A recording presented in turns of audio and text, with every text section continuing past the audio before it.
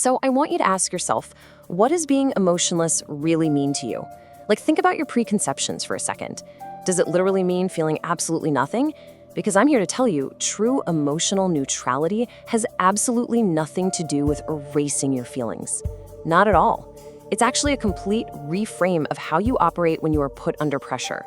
Emotional discipline means making sure your emotions are fully felt, but, and this is a big but, they do not control your actions and they definitely don't control your decisions.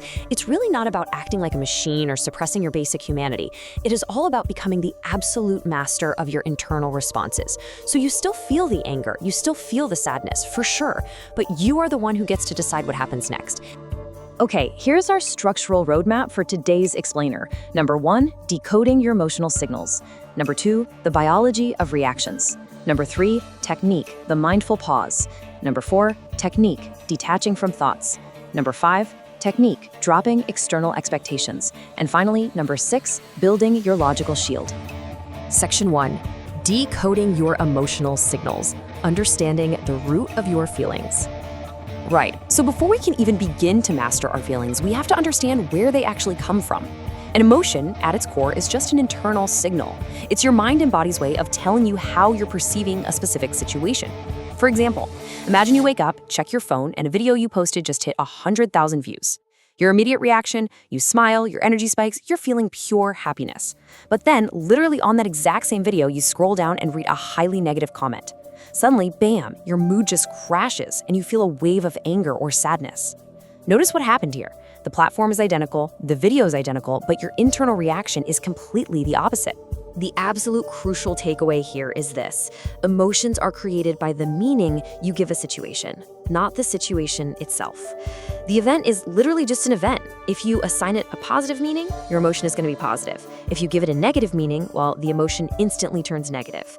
Your own personal interpretation is the true birthplace of everything you end up feeling. Section 2, the biology of reactions, inside the brain's supercomputer. I want you to think of your brain as this highly organized supercomputer. It has very distinct, specialized systems that work behind the scenes every single time you face a stressful situation. And inside this supercomputer, there's a really clear divide. On one side, we've got the limbic system, specifically this tiny little area called the amygdala. That is your emotional center. It's built entirely for feeling, and it is lightning fast. On the flip side, we have the thinking brain. That part handles logic and deciding right from wrong, but it's much slower. And here is the biological catch we all have to live with. Incoming signals from your environment always hit your amygdala first. Basically, you are wired to feel before you can even begin to think. So here's the exact biological sequence of a reaction. Step 1, a situation occurs. Step 2, your brain analyzes the input. Step 3, that fast-acting amygdala instantly triggers an emotion. And step 4, your body reacts.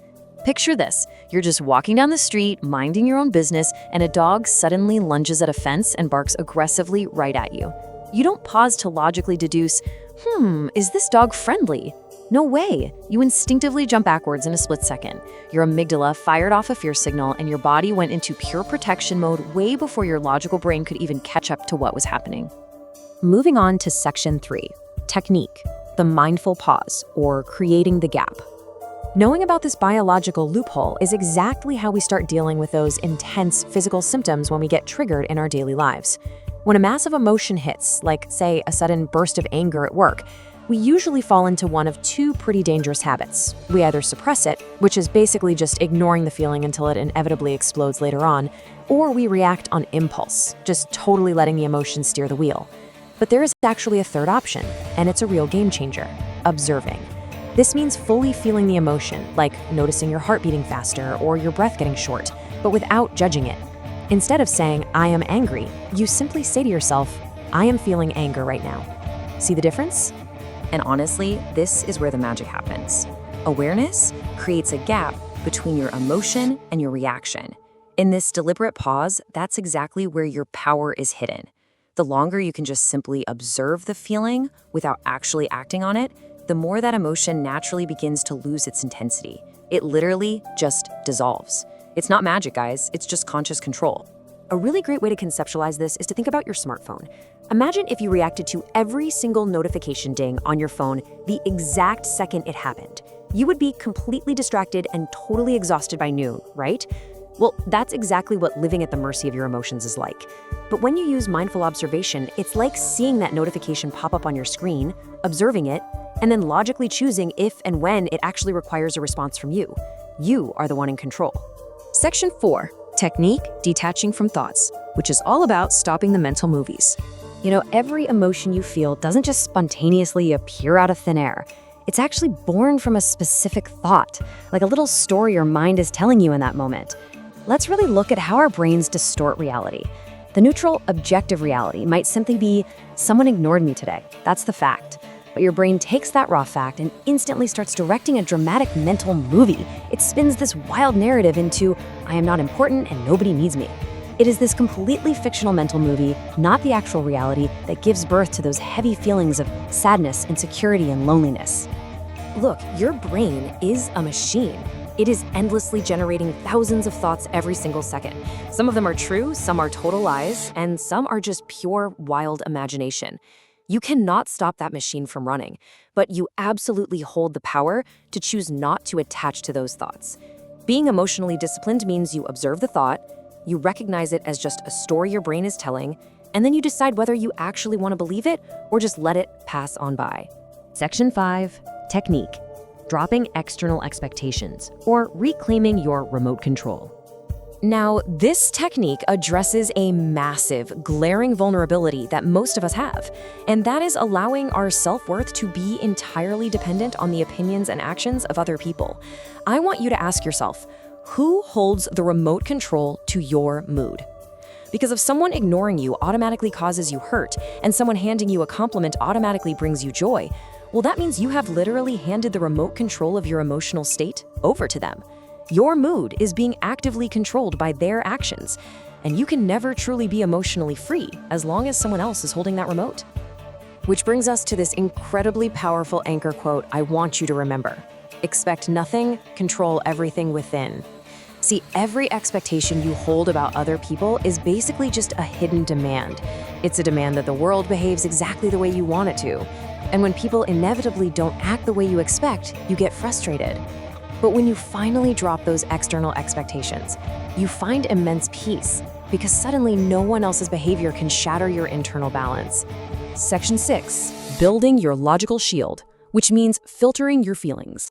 Emotions become incredibly dangerous when we use them as the foundation for our actual decisions.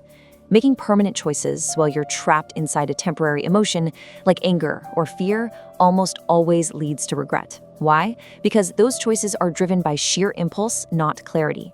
So to stop that from happening, you need to use specific mental filter questions. Before you act on any emotion, I want you to ask your logical brain, is this feeling actually useful right now? And does this bring me long-term growth? If the answer to those is no, your job is super simple. Acknowledge the emotion is there, but absolutely do not act in its direction. These questions literally form your practical defense mechanism against impulsive behavior. When you consistently apply this mental filter, logic starts to act like this invisible armor around you. This is exactly why emotionally disciplined people look so effortlessly cool and collected under pressure. They are feeling the exact same intense emotions that everyone else does, but those feelings are just perfectly contained by reason. The emotions might enter the armor, but they absolutely cannot break you. You direct the emotion. The emotion does not direct you. So as we wrap up this explainer, it leaves us with one final profound question to think about.